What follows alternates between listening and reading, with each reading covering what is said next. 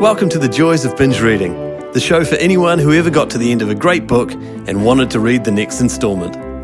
We interview successful series authors and recommend the best in mystery, suspense, historical and romance series, so you'll never be without a book you can't put down. You'll find this episode's show notes, a free ebook and lots more information at thejoysofbingereading.com. And now, here's our show. Evie Dunmore's debut romance, Bringing Down the Duke, was named as one of the best romances of the year by Publishers Weekly, a remarkable win for a first-time novelist, and even more surprising because English is Evie's second language. And now she continues her good run with a new book in the series, A Rogue of One's Own. Hi there, I'm your host Jenny Wheeler, and in this binge reading episode, Evie talks about why she was attracted to an extraordinary group of women, the first women students at Oxford University, for her suffragist-era historical romance. She tells why she swapped a career in international business for romance. It's a great talk. But before we get to Evie, just a reminder, you'll find a full transcript of our conversation with links to Evie's website and books on our website, thejoysofbingereading.com. Go there and be sure to subscribe to the podcast so you don't miss future episodes. And while you're there, leave us a comment. We love to hear from you. But now, here's Evie. Hello there, Evie, and welcome to the show. It's great to have you with us. Well, good morning. Thank you for having me. Or at least it's morning where I am right now. That's right. So just to set the geographic setting, you're in Germany and it's first thing in the morning, and I'm in New Zealand. New Zealand and Auckland in New Zealand, one day into lockdown for the second time. Yeah. Which is, we're still all being affected by the pandemic in one way or another, I'm afraid. So, yeah.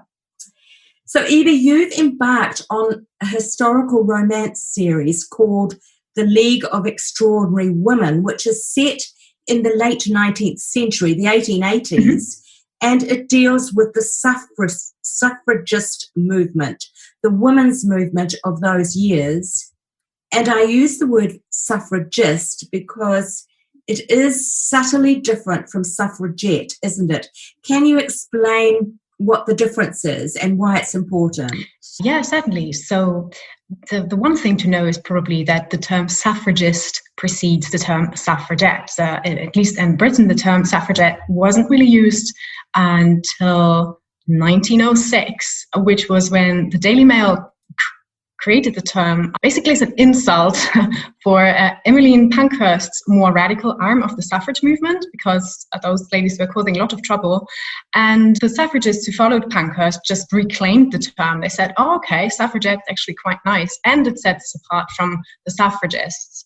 And the difference between the two is that the suffragists were using peaceful methods to, work for change until the vote was granted in 1918 in Britain, and the suffragettes were literally setting fire to things.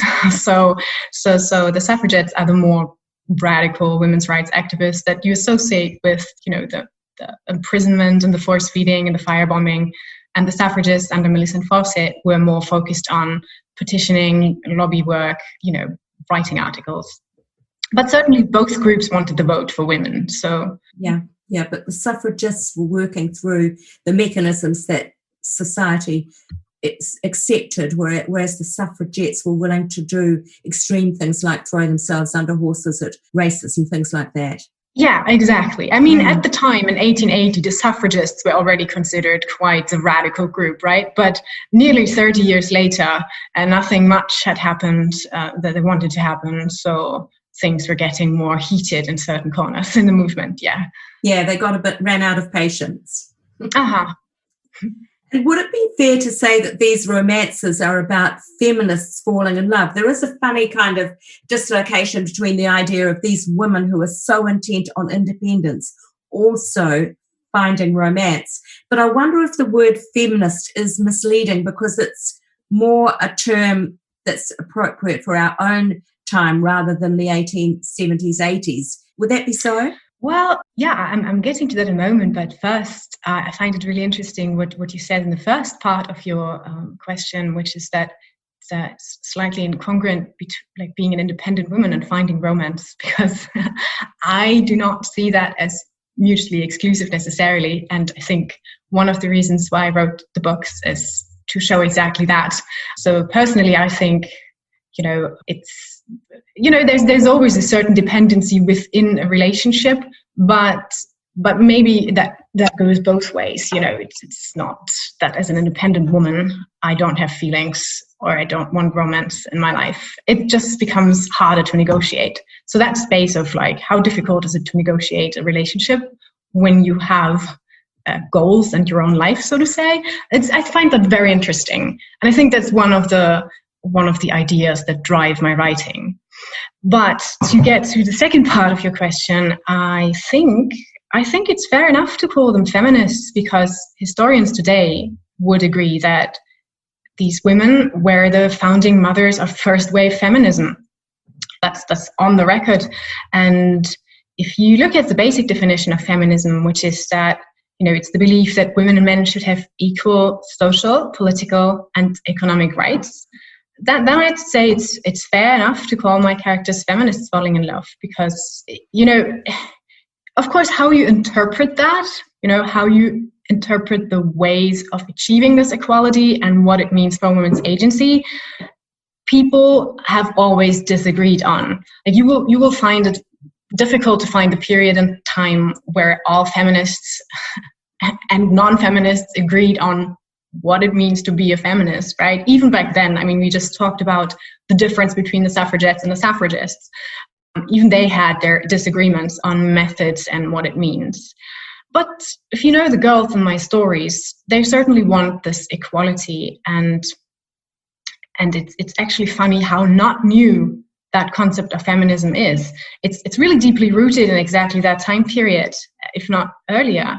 And I'd like to give a really good example here through John Stuart Mill. He was a huge English philosopher and economist. Still, his work is still considered really important today for that time period. And when he married Harriet Taylor in 1851, he was very upset by the marriage laws of the time. He said they amounted to women being legally enslaved, and he was so annoyed that this marriage conferred all power over Harriet to him that he made a public declaration against it. He said something like, well, because I have no means of legally divesting myself of these odious powers, I feel it is my duty to put it on record, a formal protest against these existing laws of marriage, and that I will never ever use these powers that I will hold, because I don't want them. And he was really not alone with these beliefs in 1851. He had a lot of supporters, and it's just that he and the women who agreed with him were up against a formidable opposition. So maybe they got drowned out over time. But certainly the idea of equality, equal rights between men and women is not new. It just has been a very long struggle. Yes. The heroine of your most recent book, the one we're focusing on, is a rogue of one's own, Lady Lucy. And she's a perfect example of the kind of thing we're talking about, because she's been disowned by her family for her political activities because they consider she's bringing disgrace on the family name. And she's also making it very difficult for herself to make a good marriage. And that's really the only point for a woman of her status, to marry well. And also she resolves that she's not going to marry anyway until the Marriage Property Act is amended, just for that very reason, because the Act, as it was framed, virtually put women totally under the thumb of their husbands in every respect. So for her to marry would, in that environment at that time, have meant that she had to put aside, virtually declare that she wasn't interested in having any property rights, any legal rights, that she was quite willing to be totally under her husband's thumb, like a slave, wasn't it? Well, yeah, the term slave is very loaded, of course. John Stuart Mill, John Stuart Mill used the term back then, so I used it now. But it is very true that she would have been pretty much rightless, because her legal persona just would cease to exist. Like it wasn't actually the Married Women's Property Act that did that. The whole concept of coverture, of like subsuming a married woman's legal persona and her husband, comes from British common law. And to amend that, they created the Married Women's Property Act, but it just didn't really go very far in protecting married women's rights. So that's why the suffragists were focusing on amending that, making sure that the act actually represented married women's rights, so that they could, write their own will and decide who could inherit whatever property maybe they had inherited before they went into the marriage. They could keep their property, that they could hire a lawyer by themselves, all these things. They could open bank accounts in their own name. All these issues needed to be addressed, and to keep married women legal person. And that's why the suffragists focused on amending this Property Act. It was also that voting rights, like voting in a national election, was tied to property rights back in the day, for men too. So the reason the suffragists focused on this Property Act, or why Lady Lucy in my story wants to amend it, is because should they get the vote for women, but women lose their property rights and their legal rights upon marriage, then, well, it's great that women can now vote, but married women wouldn't have been able to vote. They would have been excluded by this property qualification, right? So that was basically the groundwork they were doing there, while another group was working on, decoupling the property qualifications from voting rights. So that this work was going on in parallel, basically. Yeah. You marked your stories in very good historical fact, and the basis for the League of Extraordinary Women is founded in the fact that 9 women were admitted to Oxford University, the first woman ever accepted at Oxford in the 1870s. Now, St Margaret's Hall that took those women as students, they didn't approve or support of the idea of women's rights. The women were all tutored separately from the men, and they weren't conferred full degrees, but nevertheless, it was quite historic that they even were allowed to sit at the desks and learn. And you take this group of young women as a starting point. I was just curious, how far do the women in your books mirror the actual women who were the first student? Well, I think Annabel mirrors them pretty well, actually. And that's something I found out halfway through the novel, because that's when I became serious about writing it. So I thought, okay, so you've been spending all this time writing, and it's probably time now that I decided I'm going to finish it and make it a proper book. It's going to be time to do the proper research as well. So I went to Oxford. I went to Lady Margaret Hall and got access to the archives to learn more about these women, because 2-3 years ago, their online presence was fairly underdeveloped. It was quite difficult finding a lot of information about who exactly they were, how old they were, what their backgrounds had been. So I felt it was necessary to go into the archives, and Lady Margaret Hall had a lot of good information on them, and I was really glad to find out that Annabel happened to match the profile of these early women students at Oxford. I mean, at 25, she would have been too old to realistically enroll, but the majority of students for a long time came from clergy households, like Annabel, like had a vicar as a father, or, a man of the church, or from academic households around Oxford. So that matched pretty well. Hattie, who's also a student, she would have been an outlier because she's the daughter of a very wealthy banking family, right? But in reality, the first daughter of an industrialist to attend Lady Margaret Hall was Gertrude Bell, another famous woman, and that was only several years later. Yeah. So Annabel is actually the heroine of the first book, isn't she? Bringing Down the Duke, that focuses on her story. And that, your debut novel, was also picked as one of the best romances of the year by Publishers Weekly, which is a great achievement for a debut novel, or for any novel, but particularly for a debut one.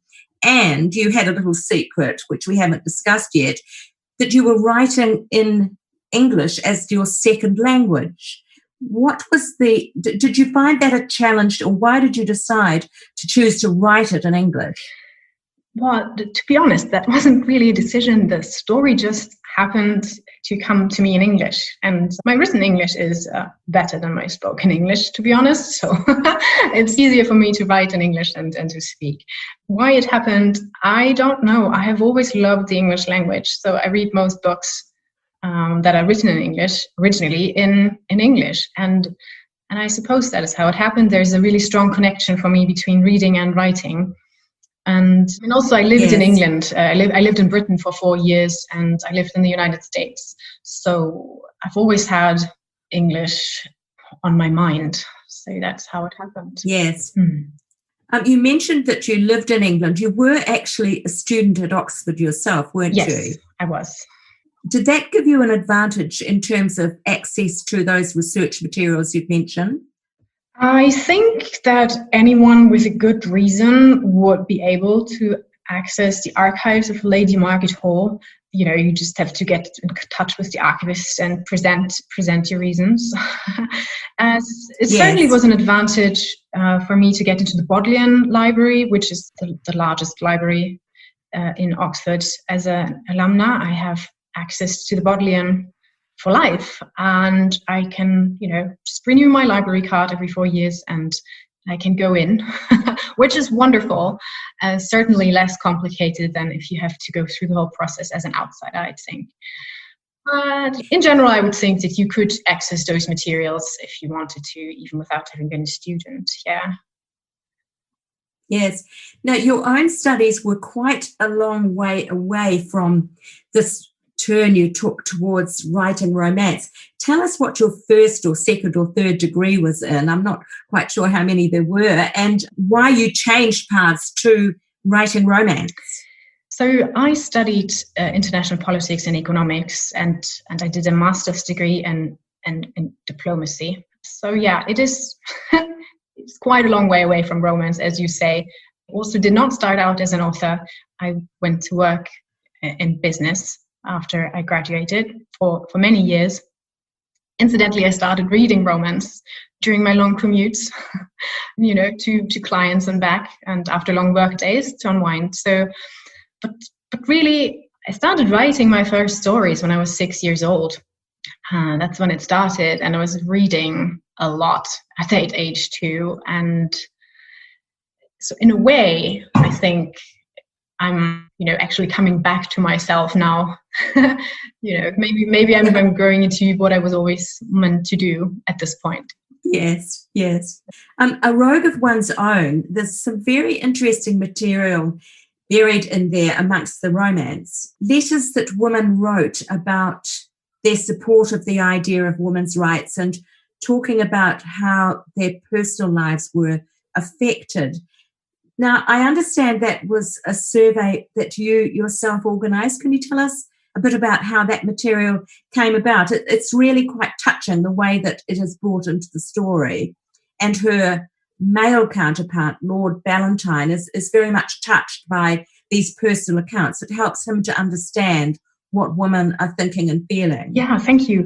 Well, I made up the survey, like the numbers, and to my knowledge, there wasn't ever a survey that large that women actually published in the national newspapers. So I took some artistic license there. But what I did do is I did read real letters from women at the time about the topic of, being rightless in a marriage, domestic violence, being owned. There's lots of diary entries and letters out there that you can look into, because exchanging big ideas with writing buddies was a big deal in the 19th century, right? It happened a lot, especially since you couldn't really talk about these things openly with your girlfriends. You didn't. In the 19th century, you didn't just sit down with your girlfriends and have a chat about this guy or that or what happened in your marriage. It was a very, very private matter. And so I had this idea of creating the survey based on the material that I had read. But again, I probably exaggerated the numbers, and also that it would have been sent straight to a suffragist for publication. So I took some artistic license there, but I very much liked the idea, and it's not implausible, it's something that could have happened. And I think you also mentioned that these letters a lot of them were from middle class or even upper class women, and they helped to banish the idea that it was only the lower classes who were interested in women's rights, because they expressed things that were happening in that world of the middle and upper classes that the ruling classes didn't want to even acknowledge were going on. Yes, that is true. I mean, of course, letters exchanged by upper classes and middle classes are the letters that survive. Usually, it's not as easy to find written documentation from the working classes. Maybe because they, shared their stories differently, or because nobody paid great care to preserve what they produced. But what we do have is evidence of middle-class women being very aware of what's going on and being vocal about it in their letters. And the idea that the working classes, or even the non-working classes, the poor, that they have a drinking problem and a casual prostitution problem and a domestic violence problem, that was something that was, more talked about in newspaper articles, for example. But you wouldn't hear about Lord so-and-so slapping his lady around in the newspapers. Not really, So to put it that way, yeah. That's absolutely right. Yes. What was there anything that particularly surprised you that you uncovered in your research? For Rogue, or for Bringing Down the Duke, or just in general? Well, either of them. Yes. Yeah, I think what fascinated or surprised me was the absolute, the stark contrast between what I read in those private letters and diary entries from the women that I found, and the public narrative around family, and how the family home in Victorian England was this peaceful oasis, this refuge from the big bad world. It was where all the good things happened and where you raised the noble next generation. So it was a really sacred space, and it was very much contingent on women performing certain roles and functions. And so all the poets the poetry you read from the time, and the narratives and literature were all focused on this angel of the house, the woman being the angel in the house and making everything lovely for everyone. And in reading these personal accounts where women are really writing about, I'm losing my faith in God over how horrible husbands are, and it was okay, there's obviously a huge mismatch between what women are supposed to perform and believe and how they really feel. And that space in between I thought was super interesting, which is pretty much what inspired Lucy's story. Yes. Certainly in her case, her family, her mother has not had a very happy time in her marriage at all, but is absolutely committed to keeping that all secret and presenting a good face to the world, isn't she? Yeah, I agree. She does. And I think that would not have been unusual for the time. I think that would have been the more usual way of doing it, yeah. I think right through until and certainly I can speak for New Zealand, right through to the 1950s. It was probably only in the 1960s and 70s that women started to talk more openly about what was really going on in their lives. Yeah, I think in Germany it would have been the same, the revolution, so to say, of the late 60s, 70s was when these things were put on the table more openly. Definitely here too. Yeah. Mentioning Germany, have your books been published in Germany? Is there any interest in this topic in Germany? Yes. So the publisher has bought the rights to the whole series, and the first translation of Bringing Down the Dukes, I think it's scheduled for late spring, early summer 2021. So that's exciting. That's great. Yeah. So moving away a little from the actual books and talking about your wider career, I always like to ask, is there one thing you've done more than any other that you would credit with your writing success? With my writing success? Well, to be honest, I'm still very new at this. I had a very unusual case of trying my first book and landing a publishing deal right away, which is very unusual. So I have only written 3 books at this point. Only one of them is published at this point. Second one is this, launching on September 1st. And I think what I can say after this short period of time is 2 things are important. number one, take your work seriously, take your writing seriously, and make space for it accordingly. It's very easy to put your writing and your need to write onto the back burner, because there's, of course, other important things competing for your attention and for your time. But if you really want to write and finish a book, give yourself, the permission to take it seriously, shut the door, make the time, understand that it's going to be hard. You need to sacrifice for it. Some people won't understand, but if it's your calling and if the story really wants to be written, then it's probably the right thing to go ahead and to stick with it, even when it's hard. And don't be discouraged by it being hard. It's part of the process. Something I didn't really know before. I thought, wow, I'm writing, I'm living my dream. Why is it not easy? Why is it not fun half the time? I think it's normal, push past that. Yeah. It's funny, I've been doing this podcast now for coming up 2 years, and it's funny how even the most experienced authors will admit that practically every book they come upon a dark hole or a place where they have this crisis of confidence about whether they're going to be able to finish it, whether it's any good. Almost every book, even for people who are on, number 19 and 20. Yeah. I find that quite encouraging, actually. It's a gloomy prospect on the one hand, right? But on the other hand, you get maybe less discouraged by it being that way. You just need to at some point decide that you're going to do it anyway. Yes, it's just part of the process. That's right. Now, we mentioned the pandemic. I'm not sure what's happening in Germany with COVID at the moment, but are you being affected in the launch of this second book by the way things are in the world at the moment? A Rogue of One's Own, as you've mentioned, is coming out in just a couple of weeks. Would you be normally doing book tours and things like that, and can you still do that? I wouldn't have been doing any book tours in Germany because, I do have German readers, but not on the numbers that it would merit a book tour. So most of my readers are in the United States, Canada, Australia, Britain, and I don't think I would have been doing book touring there.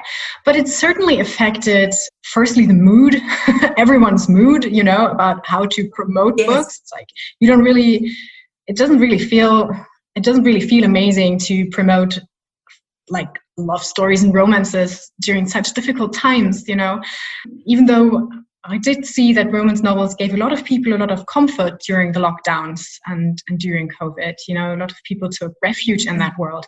But it's dragging on for a really long time now. Nobody really knows what's going to happen to the economy. Certainly, we don't know if bookstores are going to shut down again in a couple of weeks' time in the United States or anywhere. So there's lots of uncertainty and anxiety involved with that. And I'm sure there's better conditions to launch any product or to do anything. The good thing is people have reacted very quickly. They're shifting a lot of things online. There's lots of virtual author chats going on now, and people are still reading books, so it's still possible to meet readers and to have a chat like we have now. Yes, that's lovely. Now, we call this series The Joys of Binge Reading because we do know that in this digital age people like to binge read, particularly if digital books, they can get them at any hour of the day or night. So if they're reading through a series and they finish a book at midnight, if they can choose to buy the next one immediately and keep going. Do you like to binge read? And if so, what sorts of authors do you normally like to binge read? Yeah, I sometimes do go on to reading binges. I think the last one where I binge read and really just neglected everything else was when I discovered Cresley Cole's Immortal After Dark series. It's not historical. It's like a more paranormal romance. And I think I read the whole backlist in like 4 days and it didn't come up for air in between. So that was a bit crazy, but it was a lot of fun. Yeah, same with, sometimes I will just, it's easy to binge read entertaining literature, like sometimes young YA fantasy. I recently discovered Leigh Bardugo and read her Grishaverse books. I read a lot of them. Yes. Yeah. But also I'm reading books by fellow authors, especially the ones that are up and coming. So at the moment I'm reading a contemporary by Denise Williams, How to Fail at Flirting, which is a lot of fun so far. I'm also really looking forward to Diana Quincy's Her Night with the Duke coming out soon. This book is really interesting for me because it features a heroine who's from the Middle East. So I like that representation in the book because, you know, I'm half Lebanese, so it's good for me to see that character represented in romance more. So yeah. Yeah. How did you get started in reading romance? So I think I mentioned earlier that I had very long commutes when I was working full-time as a business consultant, and it was just very comforting to read romance novels. So that's when I started to read them a lot. But originally I started because I keep telling the story, but I was a guest with relatives in the United States when I was 17, and something dropped and I went to pick it up under my bed and found a brown paper bag and thought, ooh, that feels like a book inside. And I pulled it out, and it was Joanna Lindsay's Hearts Aflame. And I thought, this looks really interesting. And I had never come across a book like that before. So I read it a couple of times more and thought, really interesting. And I did not go on to buy any books like that because I was a bit embarrassed buying them. So I took a couple of years until I came across Sarah MacLean's Love by Numbers series. And I loved those books. I loved them so much. And, you know, that's what I then returned to when I was working a lot, and I never looked back. Yeah. You kind of overcame the cringe factor of being an serious academic who read romance. Oh, well, you know, sometimes you need I think especially when life gets tough or challenging, it's great to have a refuge that doesn't offer more, how do you say, uncertainty about, is there going to be a happy end or not? You know, when life is challenging and work is tough, I really like just reaching for that happy end and reading it and knowing it's going to be okay. Yes. So yes. I don't think it's mutually exclusive. Yeah. What they call in romance jargon, the HEA, the happily ever after. Exactly, yes. Yes. I know you say that you are at the start of what is already proving to be a very bright career, but if you were doing it over again, even at this stage, is there anything that you would change? No, to be honest, it's all gone better than I could have ever imagined. So I suppose lots of things were done right. I'm just really grateful and excited about how things are going. Certainly, I would have maybe talked to more experienced authors more about second book syndrome, because writing the second book was really not easy. All the parameters had changed, and I thought, wow, I'm really doing this wrong because it's so tough. And I was struggling with that for a long time until I reached out to a couple of wonderful authors who were, very nice and supported me and just telling me, look, the second books are special beast. You have to push through that. And it helped hearing that from different authors, Yes. Would have done that earlier before struggling on my own for a while. Yeah. Yeah. So what is next for Evie the writer? What are your plans now, say, over the next 12 months in terms of your writing? You've got more of the League of Extraordinary Women coming along? Yes. So I signed so there's a new contract with Berkeley for 2 more novels. At least one of them is going to be for the League of Extraordinary Women. So what I'm going to do in the next 12 months, hopefully, is write the 4th book. I'm already working on that. It's Katrina's story. I have to edit my 3rd book, which is Harriet's Hetty's story. I have to tell people about the 2nd book, which is A Rogue of One's Own, coming out September 1st. Yeah, I have to think about maybe what's going to go into the 5th book. Hopefully do a day job project in between there somewhere. So it's definitely going to be busy. So how far are you with Hattie? Have you got the first draft of Hattie done? Yes, it's all done. I'm expecting edits any moment now. And I really liked that book, I have to say. Right now, I'm still very enamored with that story, which is a new one. It's not a given that you like I don't know, at this stage, are in love with everything you've done there. So I'm quite happy about that right now. You found number 3 easier than number 2? I think I was just a bit more experienced during the writing process. But it's very hard to have favorites. I love them both in a way, and they're very, like, the characters are all very close to my heart. It's going to be sad saying goodbye to them and when the 4th book is done. But just the process of writing the 3rd book, despite the pandemic, was just a bit more assured. I was a bit more confident writing it. That's what I'm saying. Like, it felt less. It felt less like a challenge. Yes. That's marvelous. Now, do you enjoy interacting with readers, and where can they find you online? Yes, sure. It's always lovely to hear from readers and to have a chat. And I'm absolutely online. I'm on Instagram, on Twitter, on Facebook, and it's probably best to head to my website at eviedunmore.com, because that's where all the links are that take you directly to those platforms. Also, you can sign up for my newsletter there, and I'm sending out the first newsletter on August 25th. And I think this is probably going to air after August 25th. I'm not sure. Just a little. It'll only be a few days after August 25th, so that will fit in very nicely. Yes. Yeah, it would fit in very nicely. And I did write a bonus chapter for Bringing Down the Duke, the wedding chapter between Annabelle and Sebastian. So if you sign up, you're going to... Oh, how cool. That sounds great.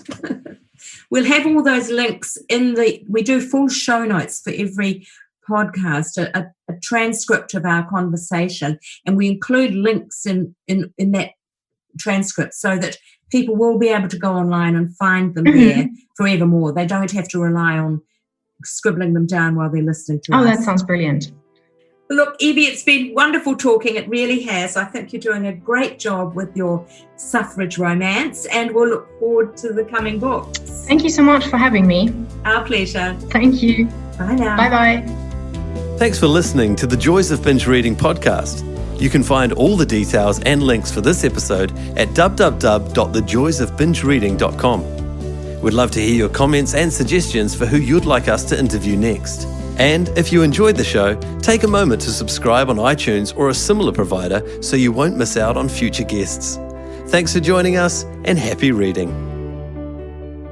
The Joys of Binge Reading podcast is put together with fantastic technical help from Dan Cotton and Abe Raffles. Dan is an experienced sound and video engineer who's ready and available to help you with your next project. Seek him out at dcaudioservices@gmail.com. That's D for Daniel, C for Charlie, audioservices@gmail.com, or check our show notes. He's fast, he takes pride in getting it right, and he's great to work with. Our voiceovers are done by Abe Raffles, another gem of sound and screen. Abe has 20 years of experience on both sides of the camera/microphone, as a cameraman director and also as a voice artist and TV presenter. I think you'd agree that his voice is both light-hearted and warm. He is super easy to work with no matter what the job. You'll find him at Abe, A-B-E, at pointandshoot.co.nz. As I say, the full details in the show notes on the website. That's it for now. Thanks for listening. Hopefully see you next week. Bye.